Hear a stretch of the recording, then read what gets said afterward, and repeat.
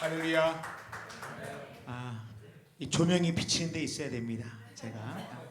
여러분, 오늘 아름다운 밤입니다. 사실은 이 밤에 여러분들은 내가 가야지 하고 왔을지 몰라도 제가 확실한 것은 하나님께서 여러분을 이곳 주님의 거룩한 전에 와서 이 복된 말씀의 잔치에 성령께서 여러분을 여기까지 인도한 줄로 믿습니다. 우리 여러분 한번 앞뒤자 한번 서로 축복할 때 제가 여러분 선물을 좀 준비해 왔습니다.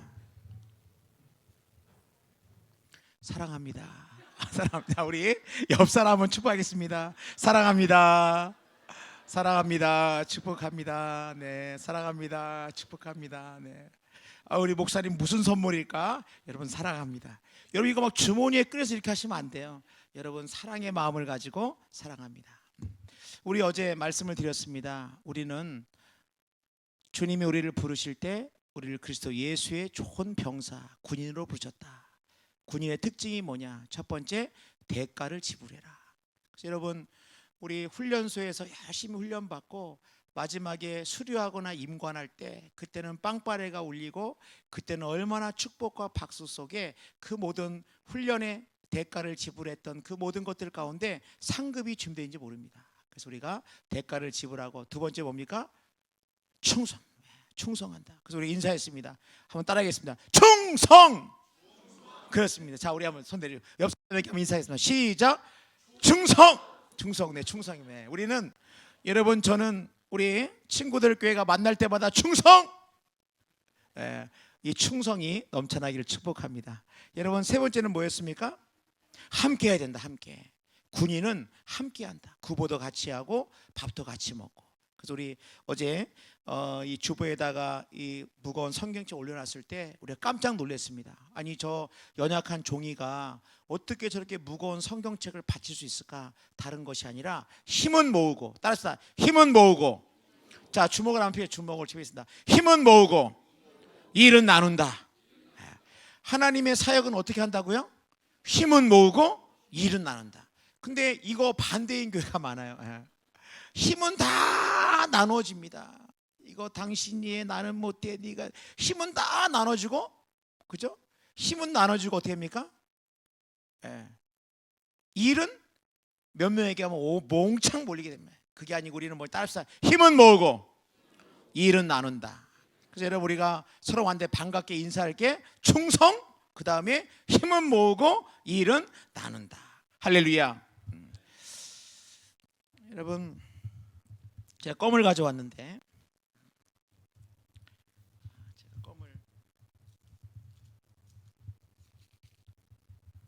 껌을 가져왔습니다. 설마 목사님 저 껌 왜 꺼내셨을까? 저 껌을 씹으려고. 여러분 제가 껌을 야, 내 진짜 내 여러 번 목사님들 말씀 들었어도 세상에 말씀 전하면서 껌 씹는 목사 내가 태어나 내가 처음 봤다. 아마 여러분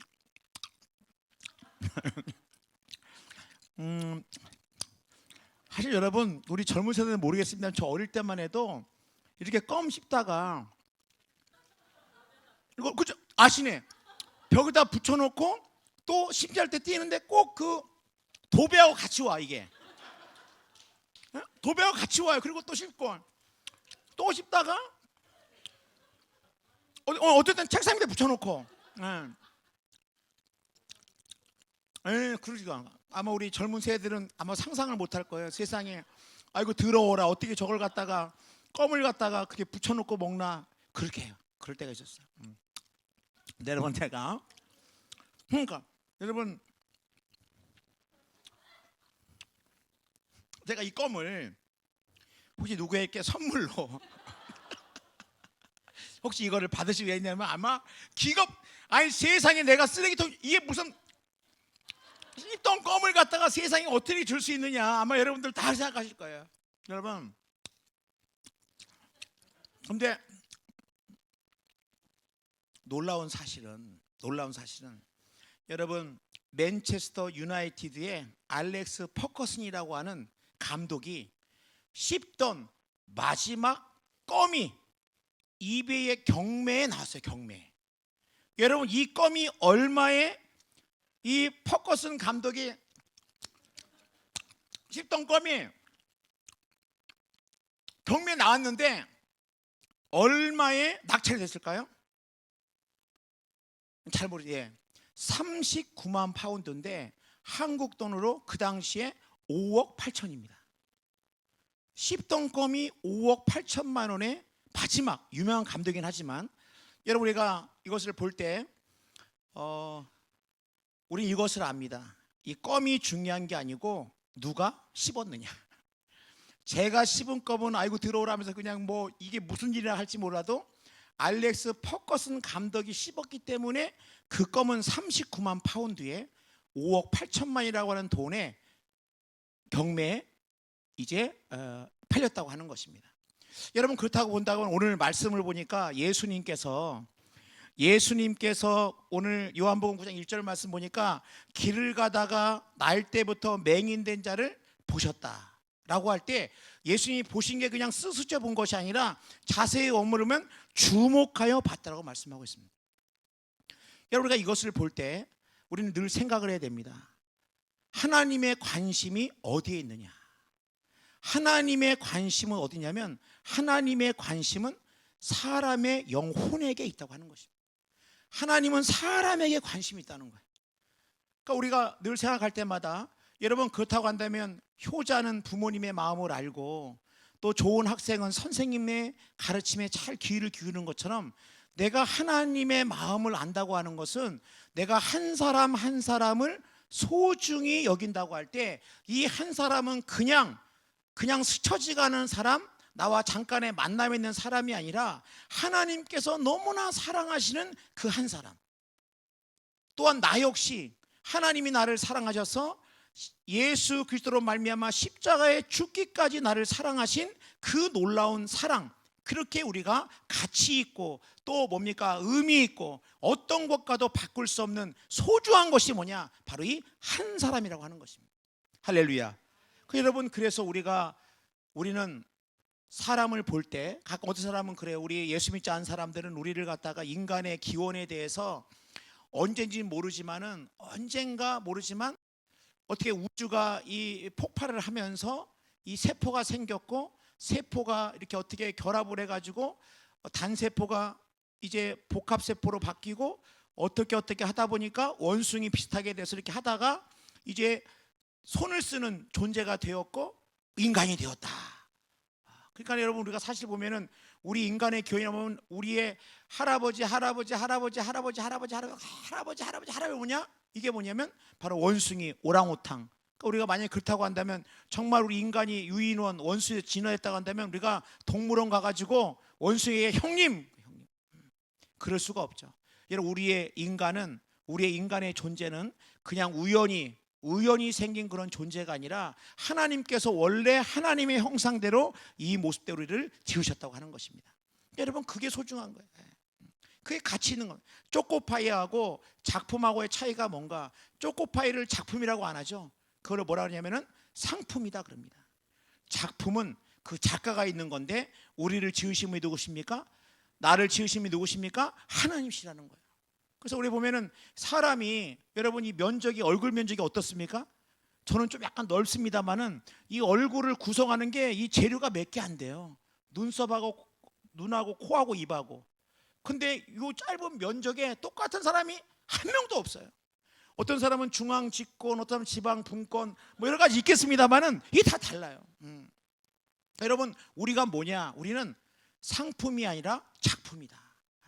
제가 초등학교 다닐 때, 그때 국민학교죠. 2학년 때 제가 좀 좋아했던 여자친구가 저한테 그러는 거예요. 성준아, 너는 왜 이렇게 코가 납작코야? 그러니까는 제 코가 납작코라고 하는데 사실은 제가 이제 안경을 썼기 때문에 그렇긴 한데 제가 웬만하면 안경을 안 벗습니다. 안 벗어요. 근데 여러분, 친구들 교회가 또 저에겐 특별한 교회 아닙니까? 잠깐 안경을 벗으면은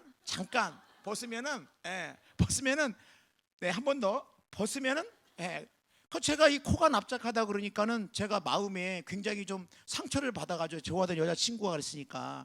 그래서 제가 어머니한테 물어봤어요. 집에 가가지고 엄마, 나는 왜 코가 이렇게 납작 온 거야? 그랬더니 저희 어머니 뭐냐면 아들이 이제 목사님이 될 건데 너무 코가 오똑하면은 십자가 하나님 영광 가릴까봐 하나님이 딱 눌러서 내보냈다는 거야.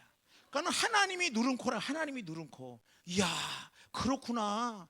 나는 내 코가 납작한 게 왜 납작해? 하나님이나. 그래서 제가 내가 목사가 될 텐데 코가 오똑하고 그러면은 하나님 영광 가릴까봐 그랬다 그러는데 제가 목회하다 보니까 그게 사실은 아닌 것 같아요. 웬만하면 코 오똑한 게 낫습니다, 사실은. 제가 보니까 그래. 근데 저는 어린 마음에 저희 어머니 그 얘기를 듣고 나서 야, 나는 하나님의 작품이구나.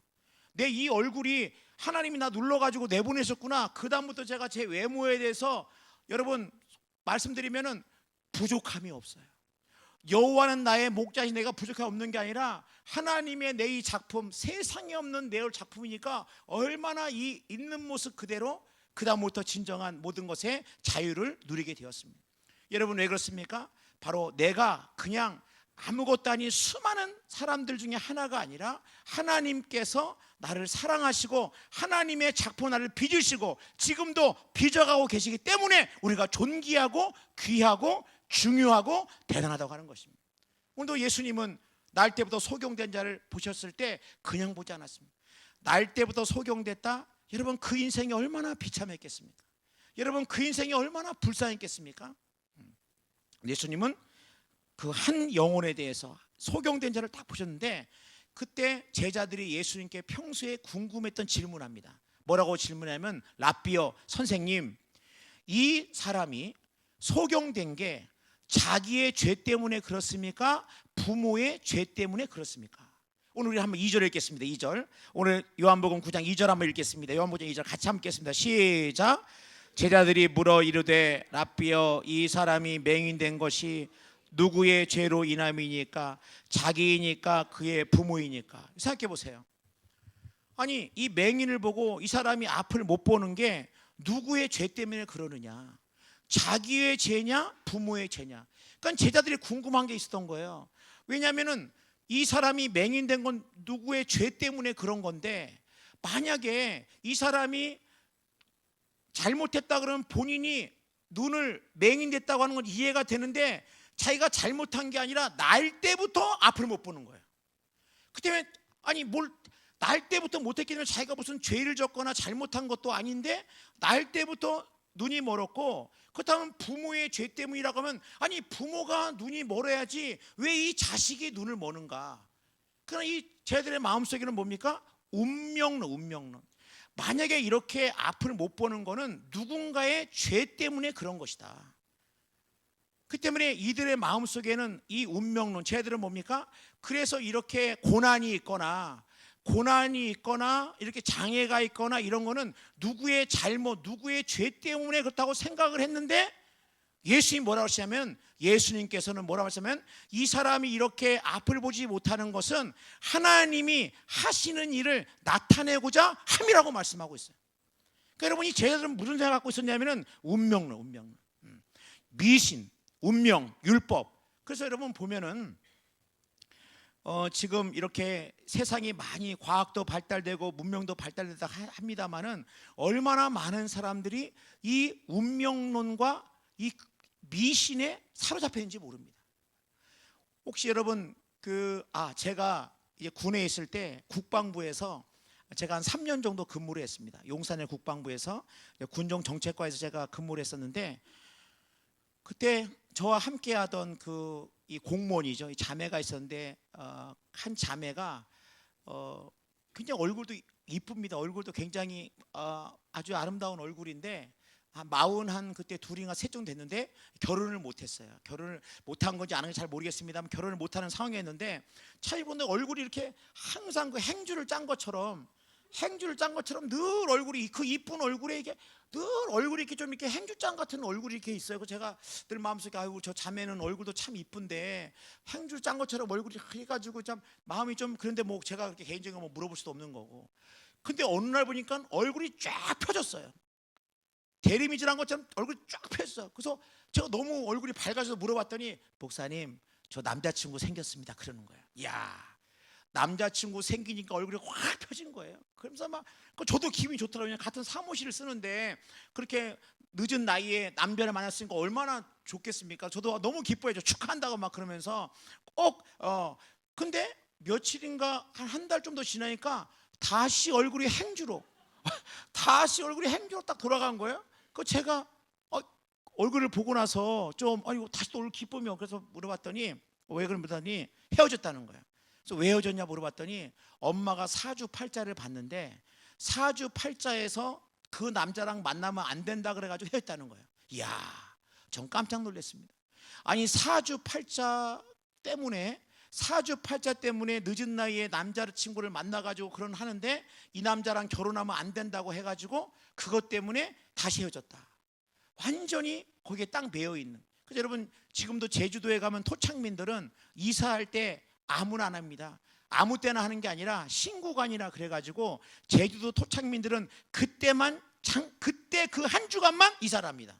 왜 그러냐? 그때 자기 집 귀신이 하늘로 출장 간 날이라서 그때 이사를 하는 거예요. 아마 제주도에 있는 분들은 토착민들은 아시라고 생각이 듭니다. 그러니까 여러분 얼마나 많은 사람들 지금 이 땅을 사는 사람들 중에도 얼마나 많은 사람들이 뭡니까? 이 운명론 그리고 내가 뭔가 이런 어려움이 있고 이런 고난이 있는 것은 이거는 나의 어떤 무슨 잘못이고 어떤 나의 어떤 뭡니까? 그런 삶의 결과다 이렇게 하면서 그렇게 할 때 이 제자들 역시 그런 생각을 가지고 있을 때에 예수님이 놀라운 말씀하셨다고 하는 것입니다. 난 이렇게 살아야 돼. 나는 눈먼 자로 사는 거 나는 잘 모르지만 제자들은 도대체 누구 때문에 무슨 죄 때문에 그런 일이 있을까라고 하면서 그렇게 예수님 물어보지만은 예수님은 3절에 이 눈먼 사람이 한 번도 들어본 적도 없는 말씀하시는 겁니다. 그 말씀이 뭐예요? 하나님이 하시는 일. 우리 한번 읽겠습니다. 9장 3절입니다. 시작.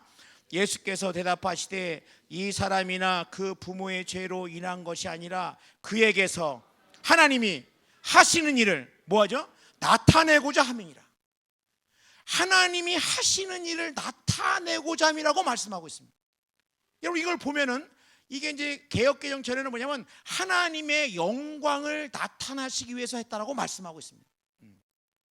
그럼 여러분 우리가 생각할 때 하나님이 하시는 일이라는 게 뭘까? 하나님의 일이라는 거 뭘까?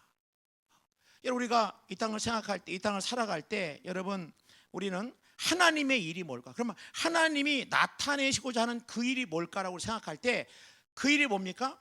요한복음 6장 28절 보세요. 요한복음 28절. 요한복음 6장 28절에 제자들이 묻습니다. 6장 28절에 요한복음 6장 28절입니다. 제자들이 예수님께 묻는 거 6장 28절 읽겠습니다. 시작. 그들이 묻되 우리가 어떻게 하여야 하나님의 일을 하오리까? 묻는 거예요. 예수님께 묻다. 우리가 어떻게 해야 하나님의 일을 하겠습니까? 라고 하니까 29, 예수님 29절 시작. 예수께서 대답하여 이르시되 하나님께서 보내신 일을 믿는 것이 하나님의 일이니라 하시니. 여러분 하나님의 일이 뭡니까? 하나님이 하시고자 하는 일을 나타내려 함이라 할 때 여러분 오늘 말씀 보니까 예수님이 요한복음 중에 28절 말씀 보면은 하나님의 일이 뭡니까? 물을 때 뭐가 하나님의 일이라고 하는 거예요? 하나님이 보내신 일을 뭐 하는 것? 믿는 것이 하나님의 일이라고 하는 거예요. 여러분 우리는 늘 생각할 때 내가 하나님의 일을 한다 그럴 때 내가 한다고 생각을 합니다. 여러분 그 앞서 우리에게 뭐가 필요하냐면 하나님께서 보내신 일을 믿는 것, 예수 그리스도를 믿는 것이 하나님의 일이라고 하는 거예요. 전적으로 그분을 신뢰하며 나가는 것이 바로 하나님의 일이고 그 하나님의 믿음을 가질 때 누가 일하시느냐? 하나님께서 일하신다고 하는 것입니다. 여러분 이 날 때부터 소경된 자 하나님이 하시는 일을 나타내고자 합니다. 할 때 하나님이 하신 일이 뭔가 보면 하나님께서 보내시를 믿는 것이 하나님의 일인데 이 사람을 통해 가지고 하나님께서는 이 사람들은 누구 죄 때문이냐, 뭐 때문에 그러냐, 왜 이렇게 고난이 왔느냐, 왜 이렇게 이 사람이 어려움이 왔느냐, 왜 날 때로 소경됐느냐, 사람들은 그렇게 생각할지 몰라도 하나님께서는 이 고난과 이 안 못 보는 사람을 통해서 하나님의 하시는 그 일을 나타내고자 하시기 위해서 오늘 이 사람에게 오늘 주님께서는 이 놀라운 말씀을 하고 계신다고 하는 것입니다. 여러분, 우리는 인생에 어려움이 올 때 생각하는 게 있습니다. 나한테 왜 이런 일이 벌어졌을까? 나한테 왜 이런 어려움이 생겼을까? 나한테 왜 내가 계획하지 못한 인생에 이런 변수가 생겼을까?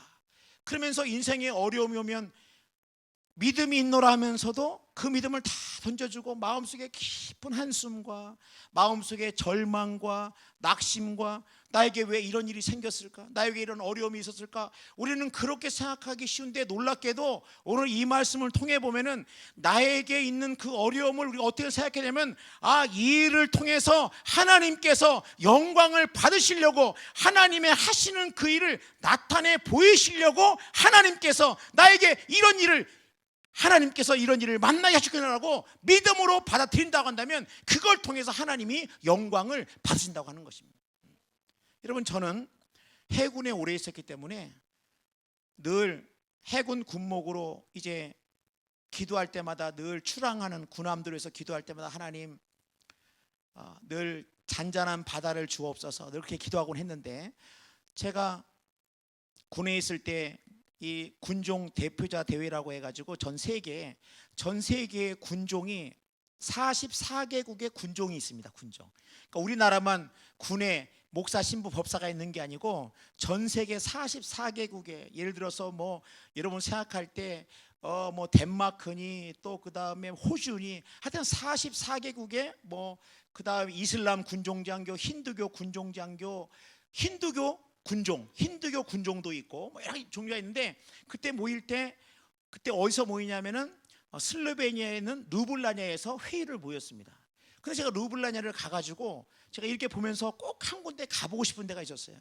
그게 뭐냐면, 르블라냐 그 슬로베니아 밑에 보면은 그 크로아티아가 바로 이렇게 붙어 있는데, 크로아티아에 가면은 자다르라고 하는 도시가 있습니다. 근데 이 자다르가 왜 유명하냐? 거기 자다르의 바닷가에 바다 오르간이라고 하는 작품이 있는데, 이 바다 오르간은 사람이 연주하는 게 아니고,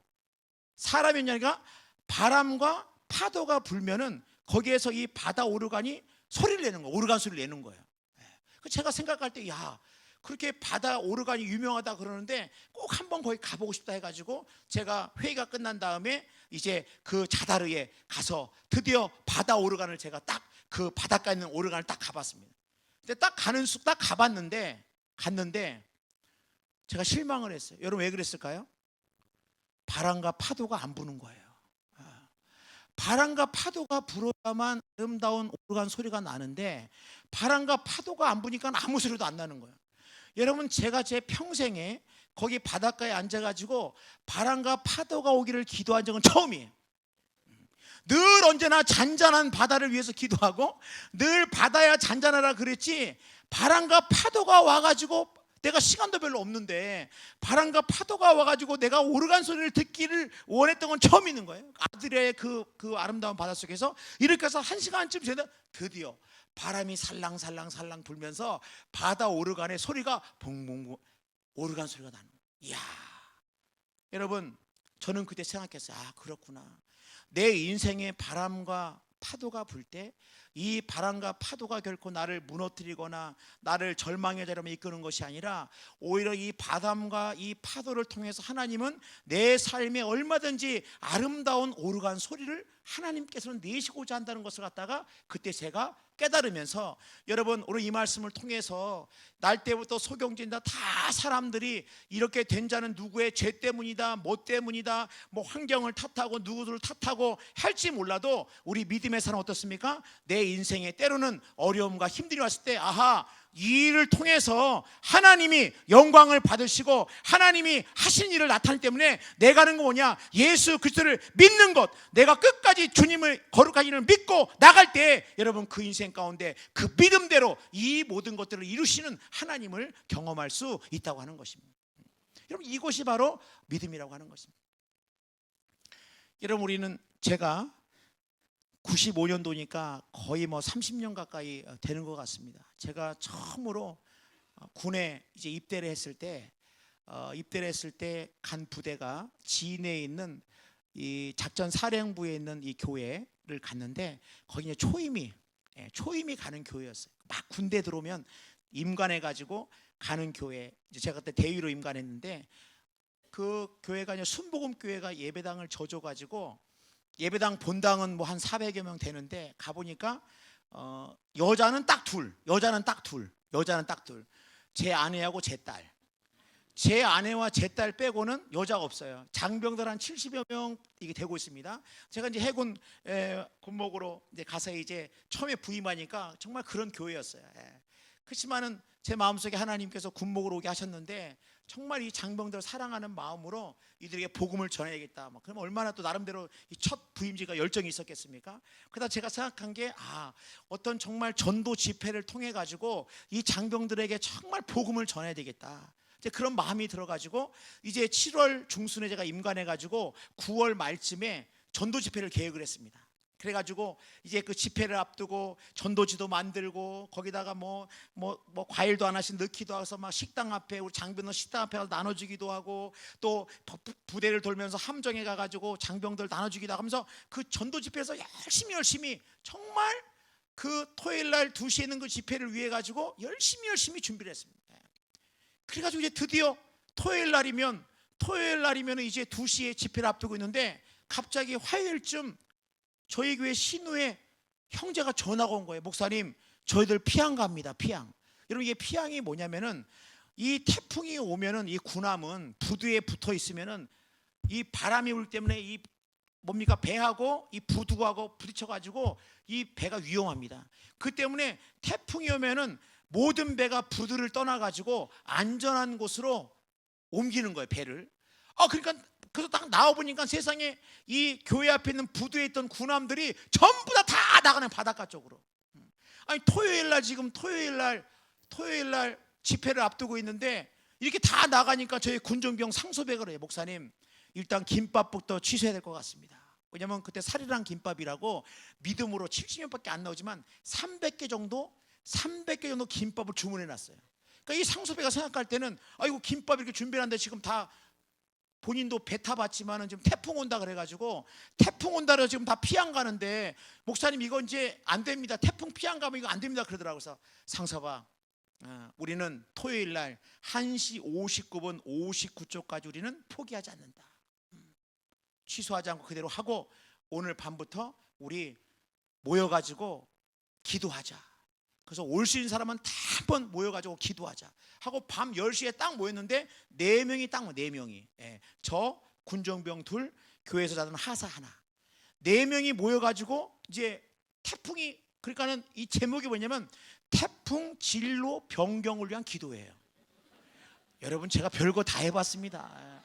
아니 세상에 어떤 사람이 태풍 진로 변경을 위한 기도에 한 목사가 누가 있겠습니까? 근데 제가 보니까 태풍 지금 올라온다고 다 피양을 갔는데 이 태풍의 진로가 일본으로 빠져도 어떻게 이 빠져야 이게 될 것 같더라고요. 태풍이 있는 이상 이게 안 된다. 그래서 4명이 모여가지고 제가 이제 배를 안 타고 이제 군목으로 이제 해고 났기 때문에 상섭이가 배를 한 6개월 탔거든요. 상섭아, 네가 기도 제목 좀 내봐 그랬더니 목사님, 태풍 당직이 정박 당직으로 바뀌어야 됩니다. 태풍이 오면 모든 당직이 태풍 당직으로 되는 거고 배가 딱 붙어야만 정박 당직으로 되기 때문에 이게 딱 부두에 붙을 때 정박 당직으로 바뀌기 때문에 우리의 기도 제목은 태풍 당직이 정박 당직으로 바뀌게 하여 주옵소서. 4명이 모여가지고 기도에 뭐가 있겠으면 주님 김밥 300개도 맞춰놨고 막 하면서 막 주여 태풍이 삐까하게 하여 주옵소서 막 기도하고 막 11시도 뭐 졸다가 기도하고 막 무릎 꿇고 기도하고. 그 다음에 어떻게 했을까요? 여전히 태풍이 올라오고 있습니다. 여전히. 상서봐, 오늘 또 모여서 기도하자. 그래가지고 또 기도했습니다. 그날도 화요일도 또 기도하고 하나님 태풍이 삐끼게 해주옵소서 막 기도했습니다. 여러분, 목요일 됐으면 어떻게 됐을까요? 올라오던 태풍이 일본 쪽으로 빠져나가고 말았어요. 여러분 별로 안 놀라시는데 기도하던 우리 4명은 깜짝 놀랐습니다. 야, 이게 우리가 믿음 있노라 하면서도 사실은 그래가지고 토요일 날 어떻게 했을까? 토요일 날 300명이 아니라 350명 정도 가지고 김밥 부족해서 막 빵집 가서 빵 갖고 오고, 그래서 하나님이 은혜를 주시는데 하나님께서 정말 그 태풍 앞에도 쫄지 않고 기도하고 함께 나갔을 때 해군에서 가장 많이 모이는 가장 많이 모이는 교회로 성장하게 되었습니다. 그래서 장병들이 한 400여 명 오고 막 별, 완스타, 제독이 목사님 같이 군성교 하겠습니다. 막 별 하나 장군이 오고 막 대령이 오고 잠수함 함장이 오고, 제가 떠날 때는 시작할 때 여자 딱 2명이었는데 가족이 해군까지 7, 80명, 장교들이 한 7, 80명 되고 장병들이 400여 명이 넘는 그런 하나님의 은혜를 주는데, 제가 이렇게 생각을 한 거예요. 다른 걸 다 떠나가지고 내가 만약에 그때 태풍이 온다 그랬을 때 그냥 아이고 태풍 오네, 상서봐 김밥 취소하자, 안 되겠다, 그거 이제 한 것이 아니라 끝까지 하나님 1시 59분 59초까지는 하나님 나는 기도할 뿐이고, 설령 태풍이 온다 할지라도 저는 이 모든 것들 가운데 하나님의 뜻인 줄로 믿고 우리는 기도할 뿐이니까 하나님 해결하여 주옵소서 기도했을 때 하나님께서 큰 은혜로 정말 저는 그때를 잊을 수가 없습니다. 여러분, 우리가 믿음으로 산다고 하면서 우리는 믿음으로 사는 것보다는 상식으로 살 때가 많아요. 우리 하나님을 믿는다고 하면서도 우리는 내 경험으로 우리는 살 때가 많습니다.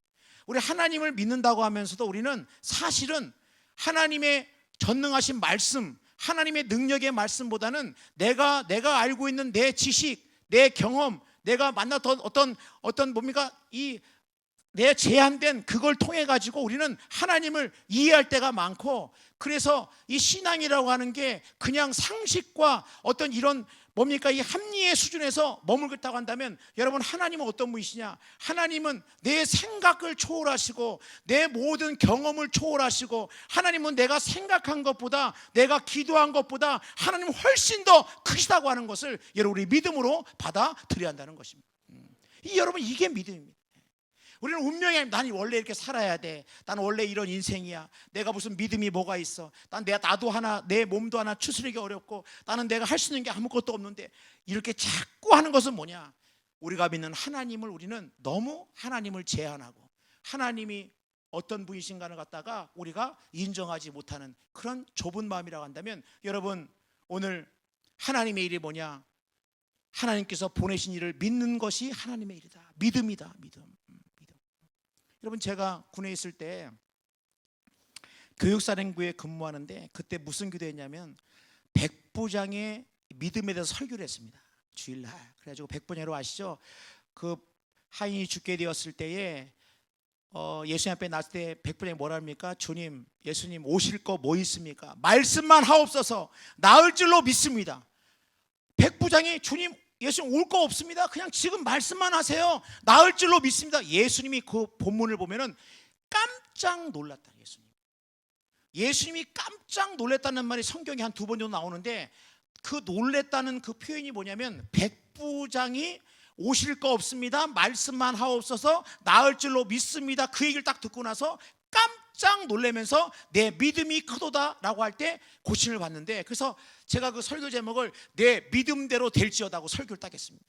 그래서 주일날 오후에 저희 군종병 황호가 제 방을 온 거예요. 목사님, 그래서 황호야 들어와 그랬더니, 목사님 저 마크사를 좀 갖다 줘. 마크사. 이 마크사가 뭐냐면은 이렇게 막 이름표도 달고 뭐 모자도 팔고 뭐 이렇게 뭐 계급장도 달고 막 그런데요. 다녀오라고. 왜냐면 이거 부대 밖을 나가려면 제가 허락이 있어야 나가니까. 그랬더니 갔다 왔어요. 그래가지고 황호야 너 어디 왜 갔다 온 거야? 했더니 자기가 쓰는 모자 여기 오른쪽에다가 내 믿음대로 될지어다, 이걸 갖다가 오바로크를 따요. 내 믿음대로 될지어다라고. 그러니까 은혜를 엄청 받은 거예요. 은혜를 내 믿음대로 될지어다. 그래가지고 그래, 그 모자에까지 내 믿음 그 썼네. 갔더니 알겠다고. 그러면서 새벽 기도가 되면 불 꺼지면 막 제 기도하는데 올라오는 거예요. 목사님 제 인생을 축복해 달라고. 그래서 제가 간절히 황호에서 막 기도하고 그냥 뭐 기도해주고 그랬어요. 어느 날 제가 황호가 저희 본고도 같이 모니까 운전병도 같이 하니까 이렇게 위문을 가는데 이러는 거예요. 목사님, 제가 그때 차가 르망이었어요. 목사님, 제가 목사님께 에쿠스를 제가 뽑아드리고 싶습니다. 근데 그 당시 월급이 한 3만 원쯤 돼요. 2만 5천 원. 그때 한 병장쯤 되니까.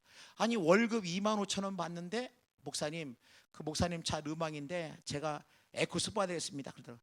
황후야 무슨 에쿠스까지 딱 보니까, 제가 딱 보는 순간에 네 믿음대로 될지어다 써있는 거 이게. 그래서 제가 그래 황후야 고맙다, 고마워. 아니 네 믿음을. 그래서 그거 어떻게 하겠어? 근데 또 한참 가더니 목사님 목사님이 기름값 때문에 걱정하면 되겠습니까? 제가 목사님께 평생 기름 걱정 안 하게 제가 평생 주유권 제가 해결해 드리겠습니다. 아니 에쿠스에다가 평생 주유권에다가 제가 그래서 아니 황호야 딱 보니까 네 믿음대로 될지니까. 근데 아직까지 연락은 없어요. 아직까지 연락. 저는 기다려.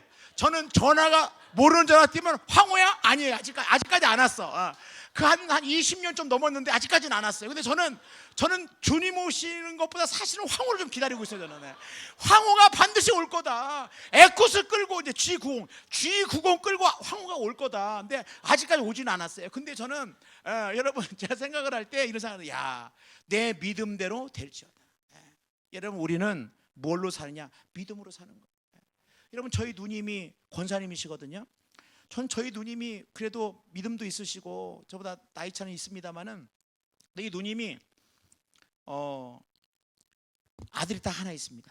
그러니까 조카가 딱 하나 있는데 아들이 있는데 군대 갈 쯤 돼가지고 전화를 딱 와서 전화가 딱 와가지고 뭐라 그러냐면은 우리 민이가 군대 가는데 삼촌이 해군에 있으니까 해군을 보내려고 그래. 저한테 그러는 거예요. 제가 누님 제가 있다고 해군 오면 안 되고 기도해 보시고 결정하셔야 돼요. 그랬더니 저희 누님이 좀 기분이 안 좋으셨나 봐.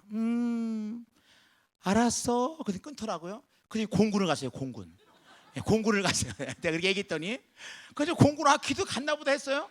전화가 딱 왔는데 뭐냐면 이 민이가 이제 공군 이 훈련소에 갔으니까 그래도 혹시 하여튼 목사들 있으니까 우리 민이가 갔는데 군목 혹시 연락 좀 해가지고 그 초코파이라도 좀 몇 개 주고 기도 좀 해야 안 되는 제가 누님 얘기했어. 기도하시냐 했더니 기도해야 한다는 거예요. 그러면 기도하고 나도 군목으로 있지만 훈련소에 있었지만은 그 뭐 한 5, 600명 7, 800대는 그 훈련소 얼굴 시커먼데 찾기도 어렵고 누님 기도하시라 그러면서 제가 기도는 하지 그런데 그냥 그 쪼꼬파도 매개나 이런 마음이 있는 거예요. 제가 기도해주고 끊었습니다. 그렇게 기도했어요. 그런데 또 얼마 있는데 전화가 딱 왔어요. 혹시 공군 누구 장군 중에 아는 사람 없냐고. 이게 뭐냐면 이놈이 편지를 쓰면서 엄마 나는 집이 여기 분당이에요. 여러분 분당에 서울공항 아시죠? 서울공항. 예. 이 고기동인가 여러분 고기동인가 여기 고기동입니까? 이게 무슨 동이죠? 예? 오등동. 고등동이 있고 또 분당에 고기동이라고 있죠. 고기동. 뭐 있을 거예요. 하여튼간 여기 집이 하여튼간 여기 가까운 데니까 어디를 가고 싶냐면 서울공항.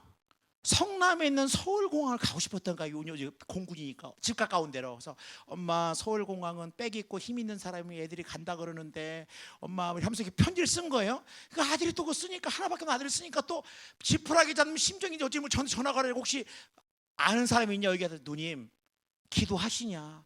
기도해야지. 기도해야지. 아니 민이 하나님께 맡겨라.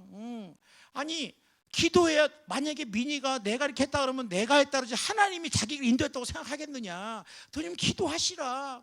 그래 그래도 제가 해드리고 기도해주세요. 기도해주고 이제 알겠다고 그러더라고요. 알겠다지만 마지막에 끝날 때는 그래도 뭐 아는 사람 없냐 그러다 누님 없고 기도하시라고 해서 끊었어요. 그래서 저는 다 정리가 된 줄 알았어요. 근데 여러분 그렇게 기도했어요. 정말 전화 기도하고 이렇게 원하는데 하나님 우리 2명 딱 훈련물 중에 딱 2명 온다고 하는데 꼭 우리 민이가 이렇게 기도하니 하나님 뜻이라면 인도해 달라고. 여러분 어디로 왔을까요? 서울공항으로 왔어요. 그러니까는 하나님의 뭐 사람이 한 게 아니라 기도하는 건데 은혜를 받은 서울공항으로 왔어요. 얼마나 감사해요. 근데 전화가 또 온 거예요. 혹시 거기 교회에 목사님 모르니 그런 거예요.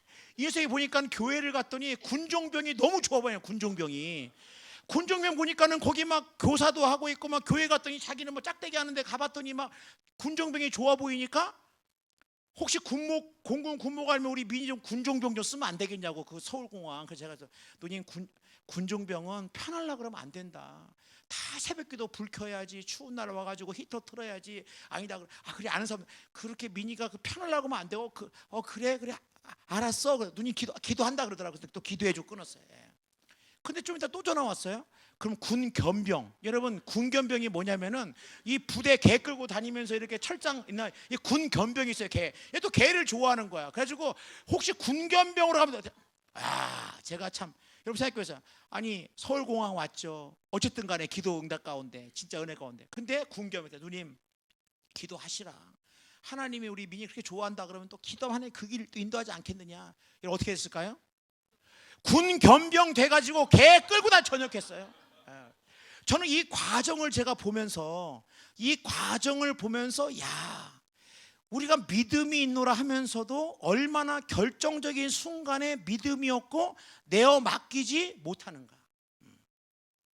하나님을 믿는다고 하면서도 우리가 때로는 믿음보다 믿음으로 사는 게 아니고 다 내 생각대로 살고 내가 가고 싶은 대로 살고 그게 그런 모습이 아닌가. 여러분 저희 누님 얘기 좀 말씀을 좀 드리면 저희 누님이 결혼했는데 너무 어렵게 살았어요. 진짜 어렵게 살아가지고 저희도 그때 어저께 말씀드렸죠. 저희도 어려웠다고. 어려운데 저희 어머니 근데 저희도 지하실을 살 때 저희 누님이 너무 어렵게 사니까 저희 어머님이 어차피 어렵게 사는 거 쌀 남으면 같이 나눠주면 되니까 우리 동네 쪽으로 이사 와라. 그래가지고 저희 누님이 지하실을 얻어가지고 동네로 이사를 왔어요.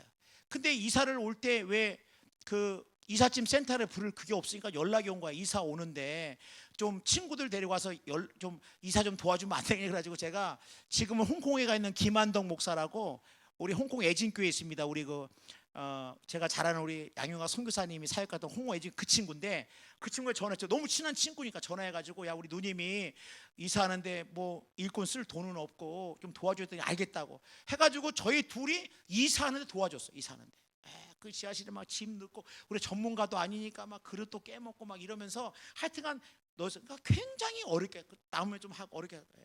근데 저희들이 모여가지고 기도 제목을 이렇게 나누는데 저희 누님의 기준이 뭐냐면은 나는 11조를 우리 교회에서 제일 많이 내는 사람이 되고 싶다는 거예요.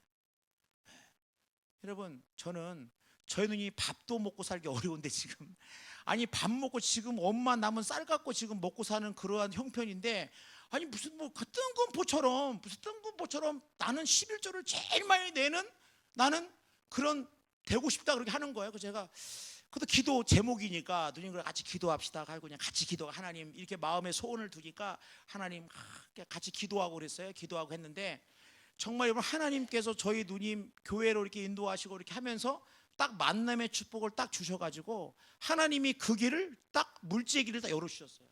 그래서 이 고기동 여러분 그 전원주택 아시나 우리 전원주택 땅 200평에 50평 150평의 분당 거기 건너편에 지금 살고 계세요. 여러분 기분이 별로 안 좋으신 것 같아. 기분 갑자기 안 좋아졌어요. 아니 이거 어떻게 그러면 그 지하실 있던 누님이 거기 그 고기동 거기 보면은 과거에 그 연예인들도 몇 명 살고 그리고 월간 전원주택의 맨 표지로 이 집이 뭐 누르면 전자되고 하여튼 제가 늘 얘기해요. 하나님이 누님 어려웠을 때 그 어렵고 지하실을 살면서 밥 먹고 살기 어려울 때 누님 기도했고 하나님 했는데 누님 이렇게 하나님이 이런 축복과 정말 물질적으로 이렇게 했다 그러면 늘 잊지 말고 그렇게 해야 된다 제가 늘 얘기를 합니다만은 여러분 저는 그 누님에 대한 얘기를 합니다만 우리가 생각할 때 야 그렇게 밥 먹고 살기도 어려운데 어떻게 하나님 나에게 정말 우리 교회에서 11조를 제일 많이 내는 그런 가정이 되게 하려고 기도했을까? 어떻게 그런 기도를 했을까? 저는 그게 뭐냐면 저는 믿음이라고 생각합니다. 다 사람들은 상식이라고 생각하고 다 사람들은 다 자기 형편과 처지라고 얘기하지만은 모든 것이 다 하나님의 손에 있다고 하는 그 믿음을 가지고 나갔을 때 저는 하나님께서 때로는 막힌 것도 열어주시고 하나님은 때로는 어떻게 됩니까? 그 모든 걸음걸음 가운데 하나님께서 만남의 축복도 주시고 그 일들 가운데 하나님이 이루어 주신다. 제가 그래서 저는 군목은 여러분 월급이 다 어디서 나오냐면은 군에서 나옵니다. 교인들이 군목에게 주는 돈은 하나도 없습니다. 왜? 군대에서 월급을 다 받으니까. 제가 이제 제가 군에서 이렇게 하면서 우리 장병들이 있어요. 우리 그 장병들 20대 3 장병들인데 제가 젊은 신우의 장병들은 꼭 얘기를 해요. 다른 얘기를 하지 않습니다. 여러분 혹시 여러분의 인생에 물질로부터 자유를 누리고 여러분의 평생에 물질부터 자유를 누리고 물질이 여러분의 주인이 아니고 여러분이 물질에 끌려다니지 않은 삶을 살려면 하나님 아버지 앞에 꼭 11조를 드려라. 그럼 제가 설교를 하는데 저 지금도 기억나요? 그때 2만 원 받으면 2천 원, 2천 원. 너희들 2만 원 받으면 꼭 2천 원. 그래서 너희 인생 가운데 하나님이 어떻게 하시는지를 하라고 2천 원 이제 했는데 설교 딱 끝나고 나서 한 해병이 저를 찾아온 거예요. 목사님, 제가 지금 한 2만 5천 원 받으니까 2,500원은 내가 낼 수 있을 것 같은데 그럼 제가 100만 원 받으면 10만 원. 그럼 내가 1,000만 원 벌면 100만 원. 제가 1억을 벌면 1,000만 원을 내야 됩니까? 그런 거 저한테. 제가 뭐라 했어요? 너무 걱정하지 마라. 그런 일 없도록 내가 기도해 주겠다. 그래서 제가 너 1,000만 원씩 내는 그런 일 없도록 내가 기도해 줄 테니까 내가 그랬어요. 네 믿음대로 된다. 믿음대로. 절대 11조 1억씩 내고 11조 1,000만 원씩 내는 일 없도록 내 기도했더니 목사님 그런가요? 그러더라고. 그래서 믿음대로. 여러분, 우리가 인생을 살아갈 때 오늘 얼마나 많은 사람들은 지금 제자들도 마찬가지고 그 당시에 사람들은 다 꽉 메어가지고 살고 있습니다. 꽉 메어가지고 살고 있을 때에 예수님께서는 하나님의 믿음을 가지고 나갈 것을 갖다가 말씀하고 있다고 하는 것입니다. 여러분, 그러므로 우리의 인생 가운데 저는 이렇게 생각합니다. 오늘 이 본문의 말씀을 통해 가지고, 그런데 오늘 말씀 보세요. 예수님께서 오늘 제자들에게 이 병을, 이 맹인을 고치신 그날이 언제냐면은 14절, 14절.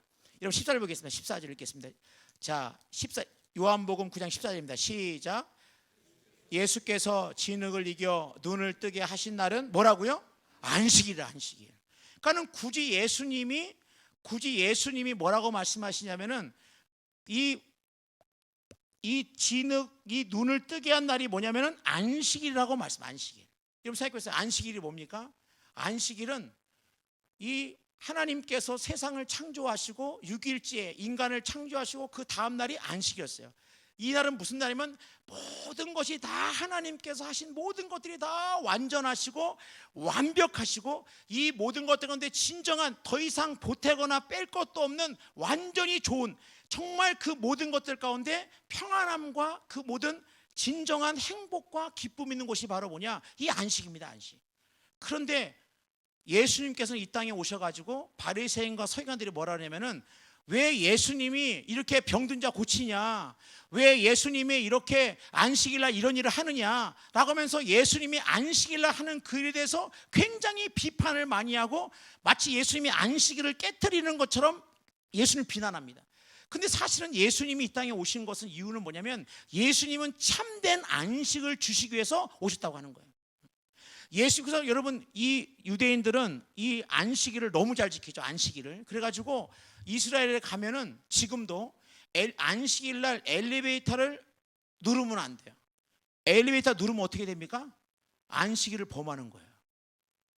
지금도 이스라엘에 이 버튼을 누르면 안식일을 범하는 거기 때문에, 그럼 어떻게, 지금처럼 높은 고층 건물이 있고 이런데 아니 버튼 안 누르고 어떻게 올라갑니까? 여러분, 그럼 어떻게 할까요? 그렇죠. 모든 호텔이나 모든 높은 층에, 모든 공공 건물에는 뭐가 있냐면 안식일용 엘리베이터가 따로 되어 있습니다. 왜냐하면 버튼 누르면 안식일 어기는 거니까. 그래서 그 안식일용 엘리베이터는 각 층마다 누르지 않아도 다 쓰게 되어 있어요. 4층마다. 그러니까 여러분, 하다못해 안식일날 전등을 켜는 것도 그것도 안식일을 범하는 거예요. 좀 더 지나고 나면 과거에 보면은 왜 침을 갖다가 땅에다가 뱉지 마라. 침을 왜 침을 뱉지 마냐면 침을 딱 뱉었는데 그 침이 땅에 탁 튀어가지고 하면 이게 뭐냐, 이게 땅을 기경한 거다. 기경. 그 침도 거기다 안 뱉고 침을 뱉을 때 바위 쪽에다가 침을 뱉어요. 바위 쪽에다가. 여러분, 수건을 들고 다니는 것도 이것도 안식일을 범할 수 있으니까 수건을 갖다가 옷에 꼬매가지고 수건을 갖다가 데려갈 만큼 철저하게 안식일을 지켰지만은 예수님이 뭐냐면 너희들이 지키는 그 안식일은 참된 안식이 아니라고 하는 것입니다. 죄로 말미암아 인간의 참된 안식을 인간은 깨지고 말았다는 거예요. 그래서 죄악으로 말미암아 세상의 이 땅에서는 진정한 안식을 찾을 데가 없다고 하는 것입니다. 그러니까 진정한 안식은 어디에만 가능하냐? 예수 그리스도 안에서만 가능하다고 하는 것을 예수님은 보여주셨고, 그 일을 위해서 너희들에게 참된 안식, 참된 기쁨, 참된 행복을 주시기 위해서 예수님께서 오셨다고 하는 것을 말씀하시면서 안식일에 왜 고쳤느냐? 예수님의 이 고침의 모든 일들은 안식일의 온전한 안식일을 회복하시기 위한 하나님의 놀라운 계획이었다는 거, 예수님이 오신 목적이 참된 안식을 이루기 위했다는 것을 갖다가 말씀하고 있다고 하는 것입니다. 여러분, 이 세상에 어디에 참된 안식이 있습니까? 여러분 생각해 보시기 바랍니다. 얼마나 많은 사람들이 아침부터 저녁까지 열심히 일을 합니까? 최선을 다해 삽니다. 정말 아침부터 저녁까지 최선을 다해서 열심히 살고 정말 모든 것 가운데 다 살지만은 가만히 생각을 해보면은, 여러분 우리 인생이라는 게 어떤 인생일까? 보면은 우리의 삶 가운데 허무와 때로는 공허함과, 그리고 내가 원하고자 하는 것, 때로는 내가 이루고자 하는 걸 이뤘다 할지라도 그 마음 가운데 그것이 결코 우리 가운데 진정한 안식과 화평을, 과연 평안을 주고 있느냐. 제가 아까 황호 얘기했습니다마는, 우리 황호가 제 방에 오는데 목사님 그래요. 황호야 들어왔더니 황호가 이렇게 들어오는 거예요. 이러고 목사님, 아니 얘가 왜 이렇게 들어오나, 목사님 이러는 거예요. 황호야도 왜 그래 했더니, 목사님 병장 계급장이 너무 무겁습니다. 그날 병장 단 거예요. 병장. 그날 병장 달아가지고, 병장 달 너무 계급장이 무거워가지고 이러고 저한테 들어오더라고요. 여러분 그 병장 계급장 단 그 기쁨이 얼마나 갔을까요? 여러분 어떻게 생각해요? 여러분 얼마나 갔겠습니까? 병장 계급장 단 계급장이. 여러분 우리의 인생 가운데 어떤 분들은 그래 하나님, 내 소원이 내 이름으로 된 아파트 하나 있는 게 정말 내 평생의 소원이고, 그래서 막 그 아파트 하나 얻는 것도 얼마나 여러분 또 노력을 해가지고 아파트 올 때 얼마나 기쁘겠습니까? 그러나 여러분 그 기쁨이 과연 얼마나 갈까? 얼마나, 여러분 자녀가 그렇게 고3 때 막 공부해가지고 대학교 들어갔다 얼마나 기뻐요. 여러분 그 기쁨이 얼마 갈까요? 저도 제 딸이 대학교 딱 들어가니까 얼마나 기뻤는지, 그 기쁨이 등록금 날라오니까 사라졌어요. 여러분 세상의 기쁨이라고 하는 거는 다 이렇게 임시적이고 잠깐의 기쁨입니다. 잠깐의 기쁨이에요. 그럼 이 세상에서 영원한 기쁨, 변치 않는 기쁨이 뭐냐? 예수님께서 70인의 제자들을 갖다 보내신 후에, 70인의 제자들을 보내신 후에 그들이 와서 선교 보고합니다. 전도 보고. 예수님, 주님의 이름으로 귀신들이 항복하더이다. 여러분 생각해 보세요. 여러분 전도하러 나왔는데 귀신 들린 자가 있는데, 내가 나사렛 예수를 명하노니 귀신아 떠나가라, 떠나가라, 귀신아, 뭐 이러면 귀신이 막 떠나가면 얼마나 기뻤겠어요. 막 와가지고 귀신들이, 주님의 이름으로 귀신들이 항복하더이다 막 너무 기뻐하니까 그들이 크게 기뻐 돌아왔지만, 예수 뭐라 하면 따라했습니다. 그러나 귀신들이 항복하는 것으로 기뻐하지 말고 너희 이름이 생명책에 기록된 것으로 기뻐하라. 그러나 귀신들이 항복하는 것으로 기뻐하지 말고 너희 이름이 생명책에 기록된 것으로 기뻐해라. 여러분 세상에 있는 모든 기쁨은 다 일시적이라는 거예요. 전부 다 뭡니까? 먹어도 배가 고프고 마셔도 목이 마르고, 세상에 있는 모든 것들은 그때 잠깐 내 삶의 기쁨일지 몰라도 우리 인생의 진정한 행복과 기쁨은 내 이름이 생명책에 기록된 것으로, 나 같은 것을 구원하신 주님의 그 기쁨을 우리가 기억할 때 이 기쁨이 우리의 모든 기쁨의 원천이라고 하는 거예요. 여러분 저는 목회하면서, 목사이기 때문에 또 목회하다 보면 여러 가지 있지 않겠습니까? 그러면 제가 조용히 예배당에 가서 노래합니다. 찬송합니다. 나 같은 것, 나 같은 것, 나 같은 것 주님, 나 같은 것, 나 같은 것, 나 같은 것 주님. 계속 이 찬양을 부르면 내가 있었던 그 모든, 내가 지금 겪고 있는 모든 문제나 또 내 인생의 모든 삶의 순간이나, 나 같은 것을 구원하신 그 주님의 은혜를 생각하면 그렇게 무거운 마음으로 아버지 앞에 나왔을 때 상상할 수 없는 평안과 기쁨으로, 나 같은 것을 구원하신 너희들이 귀신들이 항복하는 것으로 기뻐하지 말고 네 이름이 생명책에 기록된 것으로 기뻐하라. 그렇구나. 마르지 않는 기쁨, 샘솟는 기쁨, 변함없는 기쁨, 어떠한 상황에도 내 삶의 완전한 기쁨은 내 이름이 생명책에 기록되었고 나의 연약한 삶을 통해서 하나님께서 이루시고자 하는 그 놀라운 일을 이루시는 하나님의 그 놀라운 역사이심을 다 고백할 때 여러분 우리 인생의 참된 기쁨이 어디느냐? 바로 예수 그리스도 안에 이 놀라운 기쁨이 우리의 삶의 기쁨의 원천이라고 하는 것입니다. 여러분 그러므로 예수님은 안식일, 죄로 말미암아 깨어진 안식일을 회복하시기 위해서 예수님은 오셨고 참된 안식일의 주인은 예수님이라고 말씀하시면서 예수님이 땅에 오신 것은 죄로 말미암아 깨졌던 우리의 참된 안식을 이제 회복시키기 위해서 예수님이 땅에 오셨고 예수님은 이 일을 위해 가지고 그래서 여러분 예수 안에 있는 인생 가운데 그렇게 세상에 있는 것들은 다 모든 것들은 다 어떻게 보면 임시적이고 다 지나가는 거에 불과하다고 한다면 예수 안에 누리는 기쁨과 행복만큼 우리의 인생에 참된 기쁨과 행복은 없다고 하는 것입니다. 그래서 여러분 우리는 어디로 나가야 되느냐? 예수님의 이 참된 안식을 때 오셨던 예수님의 십자가의 사랑 앞에 우리는 나가야 된다는 거예요. 여러분의 인생 가운데 십자가를 붙들고 여러분의 삶 가운데 어떠한 상황이든지 간에 십자가를 딱 붙들면 여러분 그때부터 주시는 하나님의 그 놀라운 평안과 참된 안식은 세상의 그 어떤 것과도 비교할 수 없다고 하는 것입니다. 여러분 그러므로 오늘 우리가 이 말씀을 통해 가지고 저는 하나님께서 연약한 자를 통해서도 얼마든지 일하신다. 저는 그렇게 믿습니다. 하나님의 일하심은 단순히 내가 뭐를 능력이 있고 내가 지혜가 뛰어나고 내가 뭔가 가진 것이 많고 내가 뭔가 할 수 있고 하나님은 그런 사람을 통해서 일하시기보다는 하나님은 어떤 자들 일하시냐? 나는 하나님 너무 연약합니다. 하나님 난 너무나 부족합니다. 하나님 난 너무나 지혜가 없습니다. 하나님 나는 주님 아니면 나는 살 수가 없습니다. 하나님 연약한 나를 통해 하나님 일하여 주옵소서.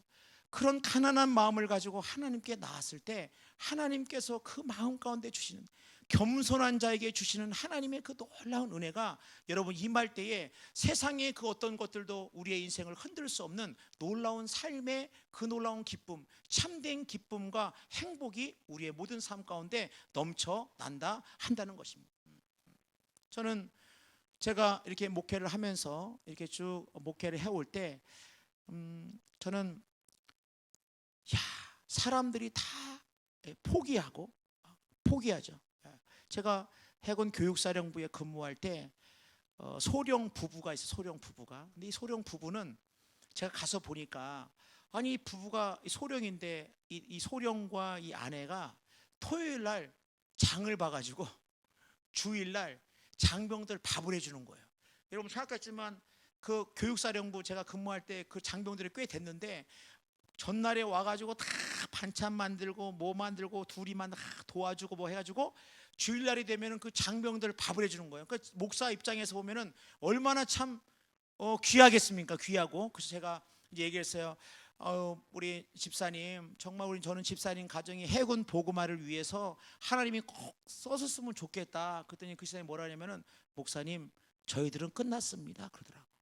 뭐가 끝났습니까? 저는 진급을 할 만한 소령이었는데 저희들은 중령을 진급할 만한 이제 그런 게 다 끝났어요. 가만 보니까 왜 그러냐면은 이 교육사령부라고 하는 게 진급을 하러 오는 게 아니라 진급이 끝난 사람들이 오는 거예요.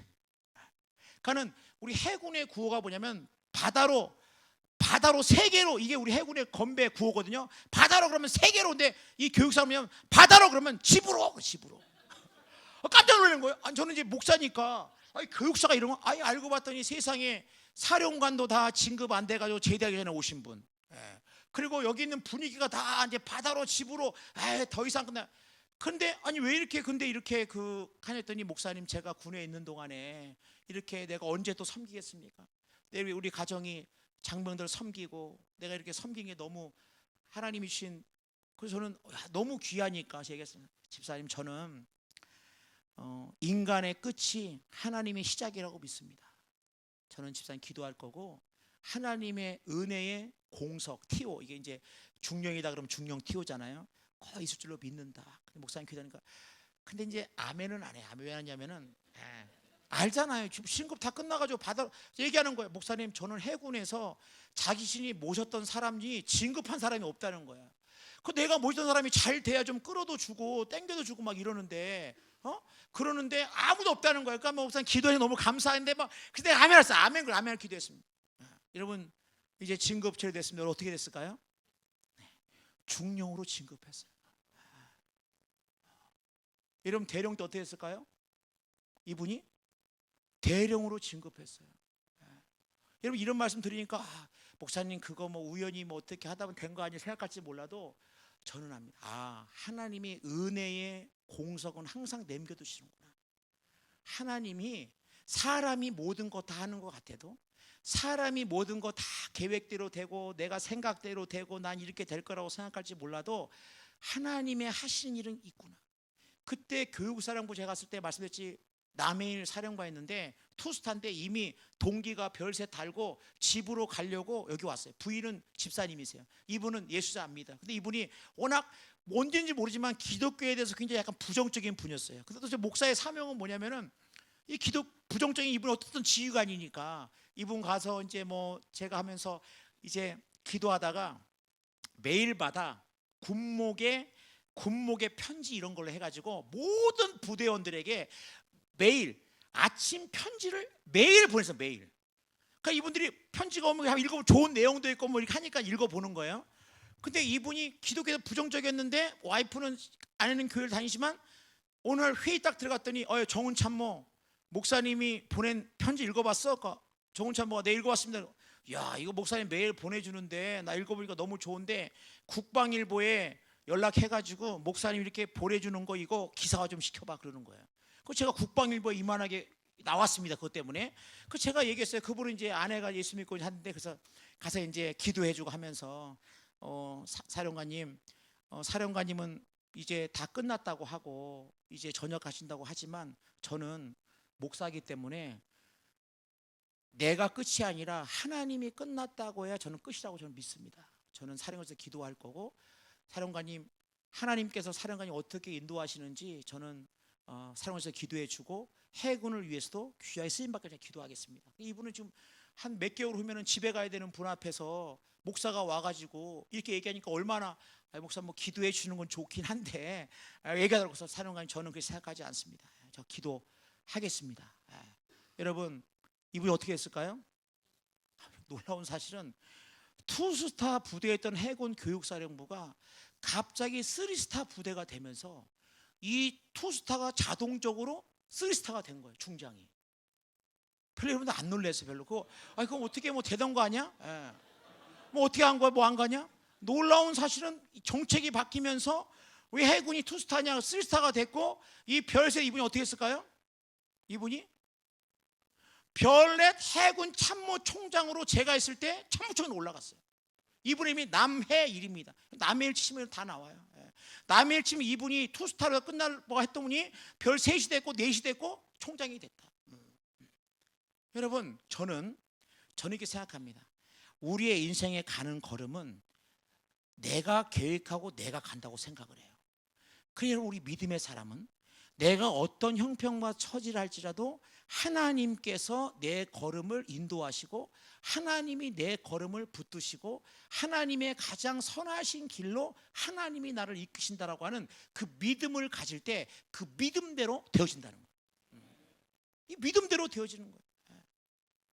이런 얘기를 하니까 제가 한 생각이 나는 게 있어요. 여러분, 참 제가 동해 일함대 사령부에 근무할 때 동해상 근무할 때 하조대라고 동해에서 한 1시간 넘게 걸리는 격오지 부대, 대령급 부대가 있는데 제가 그 대령급 부대 이제 인격지도 교육을 갔는데 그 격오지 부대 떨어져 있는 부대에서 멀리 떨어져 있는 격오지 부대 대령이 지휘하는 부대인데 다 끝나고 나서 병 하나가 이게 상담원 저를 찾아왔어요. 상병이 목사님 우리 이 부대에 예배당을 져주세요. 그러는 거예요. 그러니까 거기 이제 예배당이 없어가지고 교회 부대 이제 격오지니까. 그래서 저는 그런 얘기를 들을 때 이 지금 상병의 얘기지만은 그러나 이 상병이 나한테 얘기하는 것은 반드시 또 하나님의 놀라운 계획이 있는 거 아닌가 이런 믿음이 들어가지고 제가 아이고 우리 지금 여기 뭐 내가 이렇게 동해 멀리 있고 상황은 모르니까 아이 그냥 이렇게 하지 않고 그 상병에게 내 믿음대로 좀 난 믿어. 나도 기도하고 기도할게. 그러면서 여기에 예배당을 짓고자 하는 우리 상병의 그 기도 내가 같이 기도하고 꼭 하나님이 이룰 줄로 믿는다. 그러면서 제가 나오면서 부대를 나오면서 이제 동해로 오면서 하나님 저 상병이 저렇게 얘기를 하는데 내 마음 가운데 저 상병의 마음이지만 저 대령급 부대에 예배당이 있었으면 너무 좋은데 저 상병의 그런 얘기를 들으면서 저도 같은 마음으로 기도하는 마음으로 이렇게 내려오는데 갑자기 한 장로님이 딱 서요. 장로님이. 그래서 그 장로님한테 바로 그 자리에 전화를 드렸어요. 장로님 108 전대라고 하조도에 있는 부대인데 제가 오늘 장병 하나 만났는데 이 장병이 예배당을 세워달라고. 여러분들 군인교회 예배당은 땅이 공짜잖아요. 땅이 공짜. 땅이 공짜고 공병대가 있고 다 있어가지고 이게 조금 이게 민간하고 조금 달라요. 그냥 우리는 줄 그면 돼. 우리는 부대 짝대기 갖고 가가지고 목사 어디다 할까요? 그러면은 제 마음대로 쭉 여기다가 좋겠다고 하면 여기까지 다. 그러니까 땅은 뭐 있는 게 땅밖에 없으니까요. 그러니까 땅값 안 들죠. 땅값 공짜죠. 뭐 줄근 대로 다 가죠. 공병이 있죠. 이러니까 다 돼요. 그래서 생각해서 전화 드렸으면 하면서 예배당 꼬시었더니 그 장로님이 뭐라 하냐면은 목사님 난 깜짝 놀랐어요. 제가 꼭 하나님께 예배당을 하나 드리고 싶었다는 거 이분이.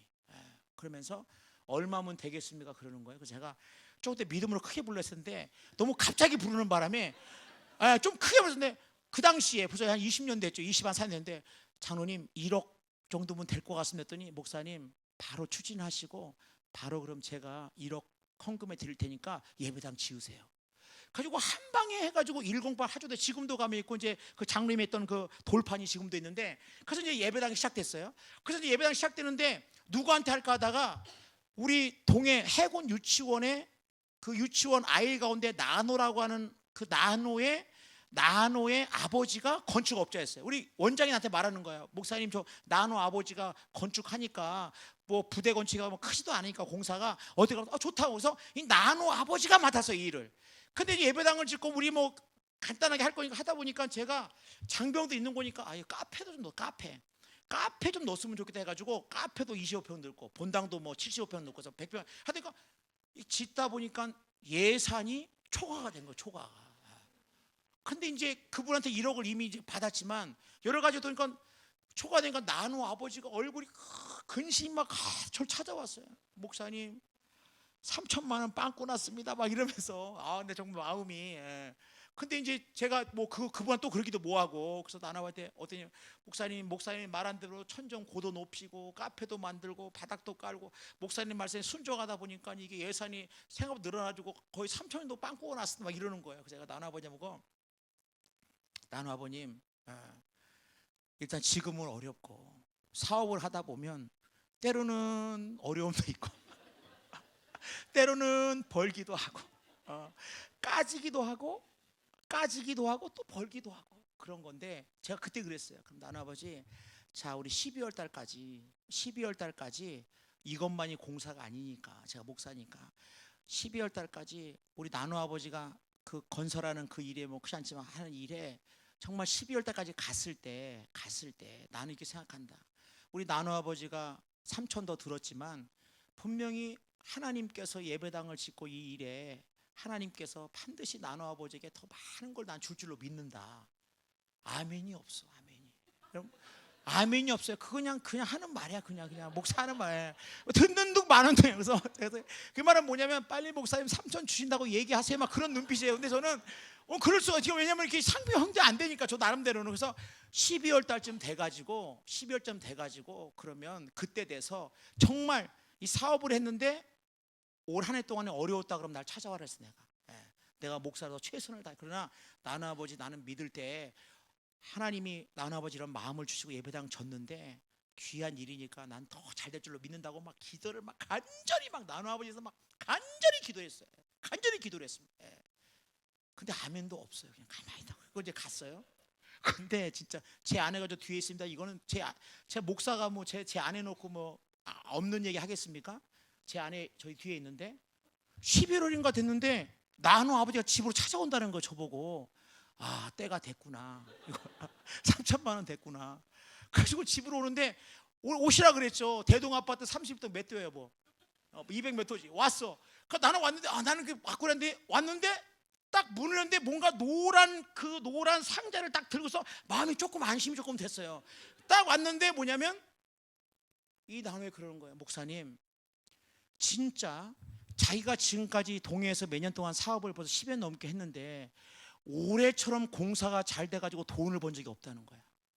그러면 제가 생각이 나가지고 목사님이 기도해주고 목사님이 했던 그 말이 생각이 나가지고 저한테 뭘 가져왔냐면 장내 산삼 12뿌리.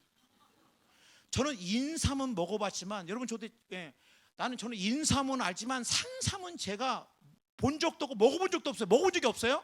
근데 장내 산삼 12뿌리를 딱 가져온 거예요.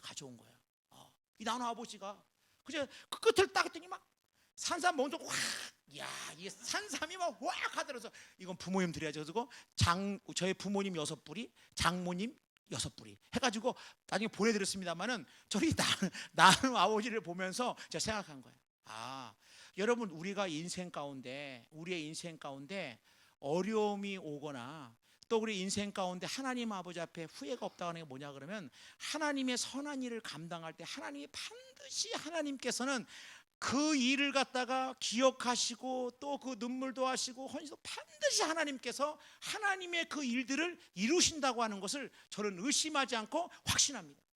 이 나노 아버지. 그래서 그 나노 아버지 저는 그 나노 아버지를 볼 때 저는 그날을 잊을 수가 없어요. 여러분 우리가 인생을 살아갈 때 우리는 너무 하나님 앞에 믿음이 있노라 하면서도 우리가 믿음으로 한 발짝 내딛는 게 굉장히, 여러분 보세요. 요단강을 건널 때 요단강이 갈라진 다음에 걷는 것이 아니라 믿음으로 한 발짝씩 걸어 나갈 때 요단강이 갈라집니다.